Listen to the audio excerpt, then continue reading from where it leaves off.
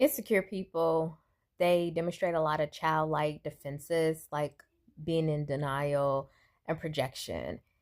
They don't want you to really know that they have these insecurities and they are so self-involved. They don't even want to even like see the world outside of them. They're not even interested in like really helping.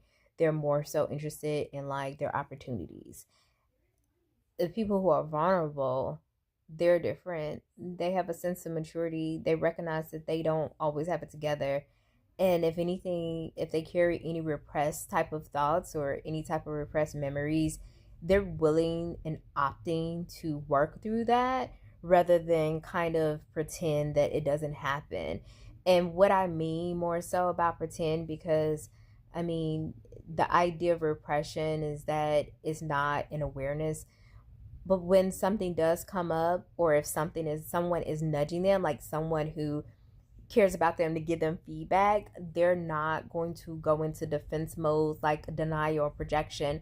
They're really going to take hold of it and give themselves time to reflect on it and try to check out what this is really coming up, what is really coming up for them, rather than trying to ignore that. So I think that there is a huge difference between being insecure and vulnerable, and you'll see it. I think that that is really one very easy way to kind of tell when somebody's insecure, being vulnerable, because they're going to demonstrate that. There's not one person walking around this earth. I don't care who you think you are.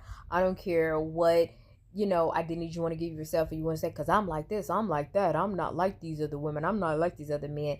You have a weakness, though. You do have an area that you need to still work on. You do have something that is very vulnerable to you. So, it is what it is. All of that, this is what I need to do for my self identity, to self master. That's great, but yeah, you ain't perfect at the end of the day. So all those congratulations.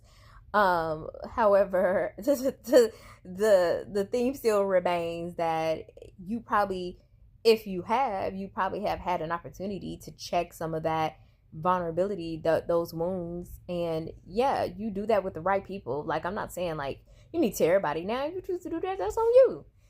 However, you don't fall into being defensive, as far as denying it or projecting a lot of things onto people because you find that that is best fitting. So, my thoughts.